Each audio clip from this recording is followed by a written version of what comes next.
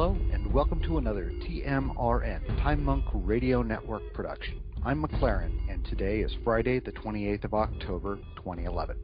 Joining us today is the man in the big yellow hat, Blythe, Bane, or Whipping Boy, depending upon the direction of the precious metals, Turd Ferguson.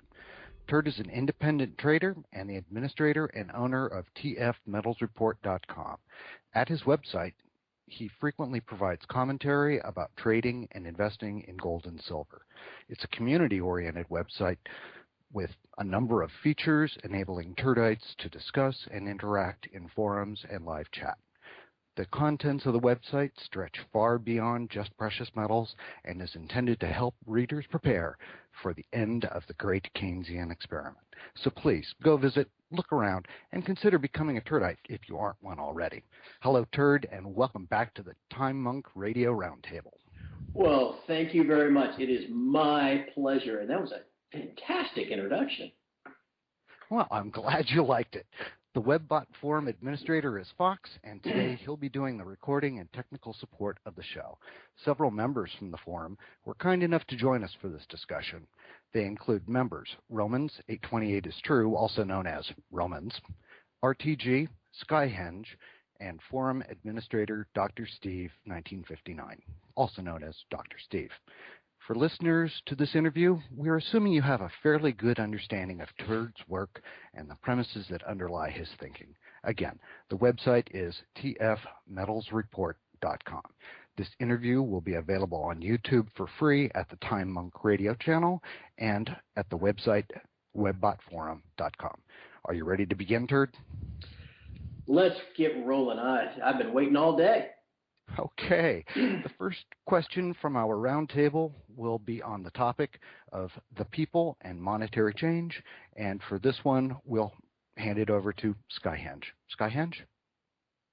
Okay, thanks. What effect do we, combined as buyers of smaller amounts of physical silver, have on the market, if any? And what effect did the Silver Liberation Army, started by Max Kaiser and others, the so-called Crash JP Morgan Buy Silver campaign, at approximately the time projected for the tipping point Cliff predicted last November, have on the price of movement since then? That's an interesting question, Skyhenge. Thank you. Gosh, to put that in macro terms, I mean, we're talking about, it's almost, I guess the first thing that comes to mind is voting. You know, when you vote, does your one vote make a difference? No. I mean, unless you're in Florida, maybe. But in the grand scheme of things, whether or not you vote doesn't really matter. I mean, whether or not you call up and order a sleeve of Eagles and take delivery, or whether you bought some of the Silver Kaisers, it doesn't really matter. But collectively, you get enough people to do it, and it does. I'm not sure that the Silver Liberation Army movement, if you will, had a big impact in terms of physical supply and price, but it did have an impact in terms of public relations. And it was kind of catchy, and it became an internet phenomenon, and it turned on a lot of people to the idea that many of us have discussed for years, and that is silver market manipulation and price suppression. So from a public relations standpoint, it was a tremendous success. From whether it had an impact in depleting physical stocks, I don't know the numbers, but I would doubt it. Getting into the second part of your question about the tipping point and the timing of things and how price has moved. Silver has moved up. Really, you could go back and look. That it really took off in August of 2010. It was about $18, and all of a sudden one day it was 19, and a couple days later it was 20, and it was off to the races and culminating in April of this year at $48 or $49. Yeah, could you look back upon other events and maybe as the driving force behind that move? Yes, but probably with the benefit of hindsight, the most significant event that caused silver to break out was not, the Silver Kaiser campaign or public awareness. it was probably the passage of the Dodd-Frank legislation in July of 2010, because in that legislation was this mandate of position limits in commodities, which finally those limits are being implemented, hopefully very soon. That getting passed in July was probably the fundamental thing that caused silver then to really get rolling in August of 2010. How's that? See, you guys remember this from last time? You asked me a simple question, you get a 5-minute answer. Sorry. Well, that was a great answer, and so I would say then probably the biggest effect of the crash JP Morgan buy silver was that more people became aware and some more small buyers came into the market. Right.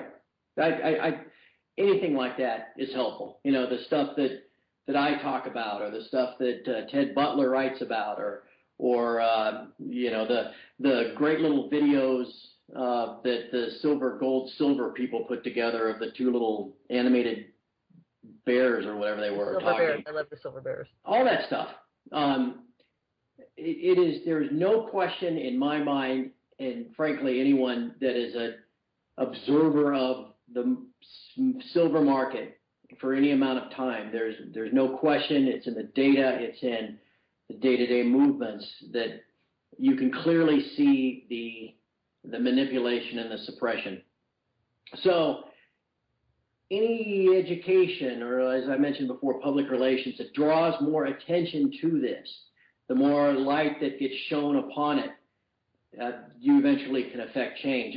We wouldn't have the position limits. We wouldn't have had the vote by the CFTC 10 days ago if it weren't for the work of GATA, the Gold Antitrust Action Committee, who got Andrew, and make sure I get my guys right, Andrew McGuire, to testify about the whole entire scheme and how it works. That piqued the interest of Bart Chilton, who worked with Gary Gensler, the new chairman of the CFTC, and this all came together. Without that fundamental, the groundwork being laid by GATA and everybody drawing attention to this, then change would never be affected. So anyway, kind of bringing all that back together, it was the Silver Kaiser Silver Liberation Army. Has that been successful? I have no idea how many they sold. I've got 3 of them that I bought just for fun. But in terms of awareness, they've been great. You know, what we ought to think about is a silver turd. Now that, there's any people that work a foundry out there someplace, contact me at TF Metals Report and we'll get some. As long as we can put some big markups in them, that would even be better. So anyway. Just think of the different denominations you could have. Exactly. You could have, we don't want to go there. I'm sorry. No, not right. This is a family program. Thank you, Turd. Sure. Thank you for getting things started in a very enjoyable way, Michelle. Really appreciate that. For our next question, we'll turn to Romans. Romans? Turd Man, this is Romans. It's a pleasure to speak with you.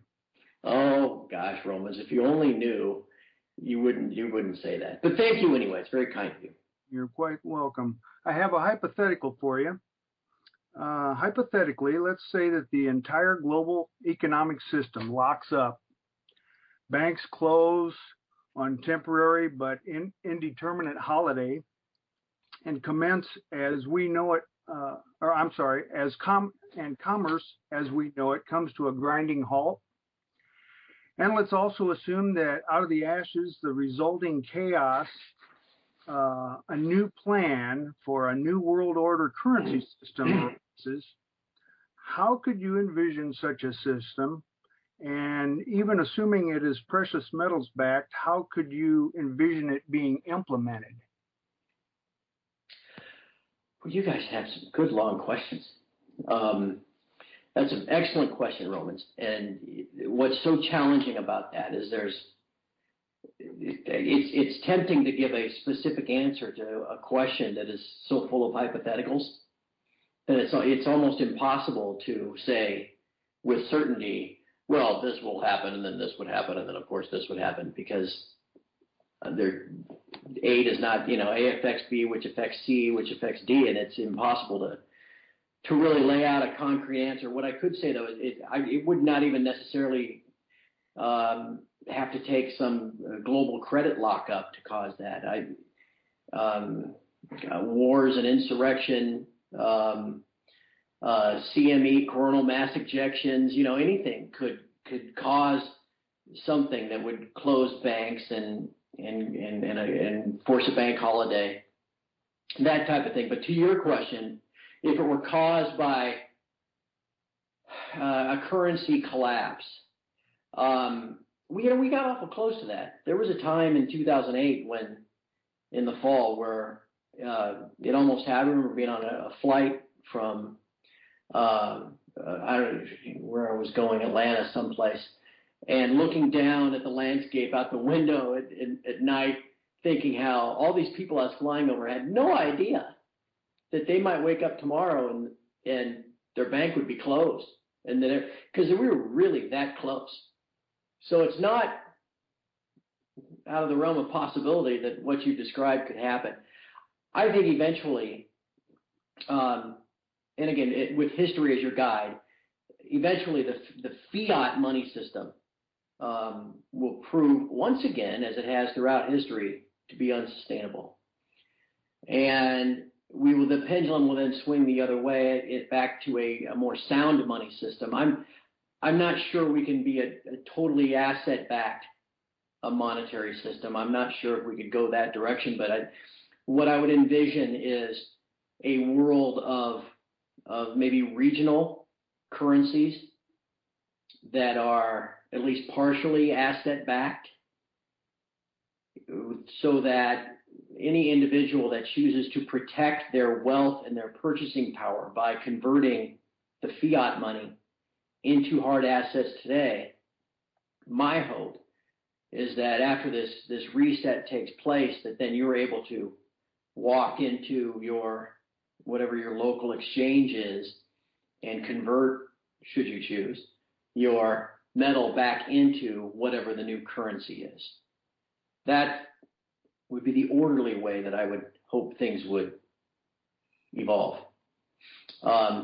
There's a specific answer to that's one hope that it would work out. That's what I don't want to say banking on, that's what I'm hoping for, that it would be something that orderly when this all comes about, because in the end, as you mentioned, if the entire global system locks up, what's going to come out the other side, it's impossible to say.